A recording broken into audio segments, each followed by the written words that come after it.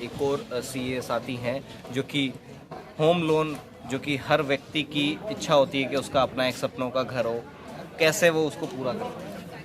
Home loan की जब जहाँ तक बात की जाए तब तक ऐसा काफ़ी इंडस्ट्रीज़ है जो कंस्ट्रक्शन इंडस्ट्री पूरी काफ़ी लोगों उस पर डिपेंड है। उसको बढ़ावा मिलेगा तभी काफ़ी लोग उस पर डिपेंड है, वो आगे आ सकेंगे। उसके लिए अभी जो कोविड सिचुएशन थी उसके थोड़ा स्लो हो गया, तो मेरा मानना है कि गवर्नमेंट इसके लिए थोड़ा इम्प्रूवमेंट लाए, लो रेट बैंक को गाइड करे कि लो रेट पे होम लोन उसको प्रोवाइड करें होम लोन के लिए। अभी क्या इंटरेस्ट रेट है और आप क्या चाहते हैं कि आगामी 1-2 साल के लिए क्या रहे बजट में जो अभी करंट इंटरेस्ट रेट की बात करें तो bank to bank general different है, लेकिन अराउंड 8 to 9% के बीच में इंटरेस्ट रेट सब बैंक का चल रहा है। तो जितना भी कम हो सके, क्योंकि एफडी के रेट्स कम हुए, रेपो रेट्स कम हो रहे हैं, तो उसके हिसाब से और भी इंटरेस्ट रेट थोड़ा कम होना चाहिए। और उसके सामने जो रीपेमेंट ऑफ हाउसिंग लोन का डिडक्शन है और इंटरेस्ट के लिए जो डिडक्शन है वो ज़्यादा मिले, तो जो भी अर्निंग पर्सन है उसको बेनिफिट हो सके उसका। कोटा में काफ़ी हॉस्टल्स हैं जो अपनी इंस्टॉलमेंट नहीं चुका पा रहे हैं कोविड के चलते, तो उन लोगों के लिए अगर कोविड के कारण जो स्टार्टिंग में दिया था कि 3 महीने और बाद में 6 महीने किया था कि तब तक इंस्टॉलमेंट ना भरे तो चलेगा, लेकिन बाद में इंस्टॉलमेंट अभी चालू हो गए। तो ऐसे भी रिक्वेस्ट का अलग अलग एसोसिएशन से आ रही है कि जो इंस्टॉलमेंट है, इंटरेस्ट तो जो भी रेट चल रहा है ठीक है, इंस्टॉलमेंट पूरा है वो एटलीस्ट 31 मार्च या उससे आगे तक स्टॉप कर दिया जाए और बाद में वो इंस्टॉलमेंट का पार्ट शुरू किया जाए। क्योंकि साफ तौर पर हॉस्टल्स हैं उनको राहत देने की भी इन्होंने बात एक कही है। हमारे साथ एक और सीए साथी हैं जो कि इंडस्ट्री को मिलने वाले लोन पे बात करेंगे। सर, जैसा कि अभी हमारे पीएम का सपना है मेक इन इंडिया का, उस परिप्रेक्ष्य में इंडस्ट्रियल लोन सबसे ज़्यादा महत्वपूर्ण है।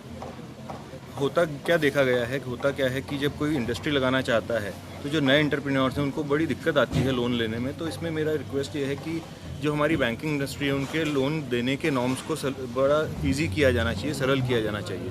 क्योंकि कोई नई इंडस्ट्री लगाना चाह रहा है तो उसके फाइनेंशियल्स इतने स्ट्रॉन्ग होते नहीं हैं, इसीलिए उसको लोन मिलने में दिक्कत आती है।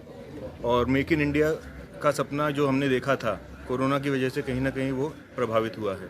तो उसको पूरा करने के लिए लोन, इंडस्ट्री लोन देने ही पड़ेंगे और उनके नॉर्म्स को रिलैक्स करना ही पड़ेगा सर।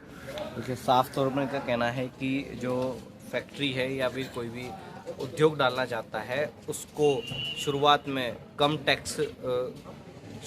कम ब्याज पर लोन मिले, और ताकि वह इस्टेब्लिश हो जाए, उसके बाद वह पूरा ब्याज दे सके और वह देश की प्रगति में भी सहयोग करें। एक और सीए साथी हैं जो कि एजुकेशन लोन पर बात करेंगे। अभी क्या है, कोटा शिक्षा नगरी भी है।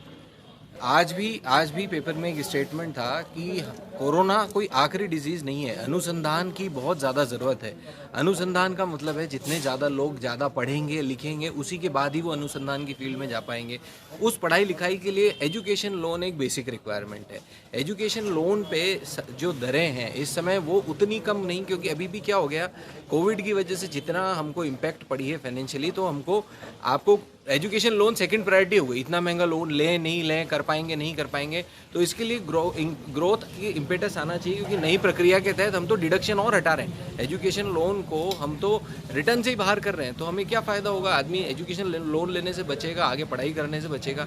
हमारा मकसद ये नहीं होना चाहिए। हिंदुस्तान एक उभरती हुई सर्विस इकोनॉमी है, तो जितना एजुकेशन लोन पे फोकस होएगा तभी हम लोग आगे बढ़ पाएंगे। ये बहुत ज़्यादा ज़रूरी है। इंटरेस्ट रेट भी कम होने चाहिए, जो अभी 8 से 9% में वेरी कर रहा है, ये 7-7.5% से ऊपर नहीं होना चाहिए, और फ्लेक्सिबल टर्म्स होने चाहिए रिपेमेंट के लिए। ठीक है, साफ तौर पर इनका कहना है कि अगर व्यक्ति पढ़ेगा तो ही वो रिसर्च कर सकेगा, और देश कोविड-19 के बाद में जो मेडिकल फील्ड है या दूसरे फील्ड है उनमें रिसर्च से ही आगे बढ़ सकता है। इसलिए जो एजुकेशन लोन है उसकी दरें भी कम होनी चाहिए। मनीष गौतम, ईटीवी भारत, कोटा।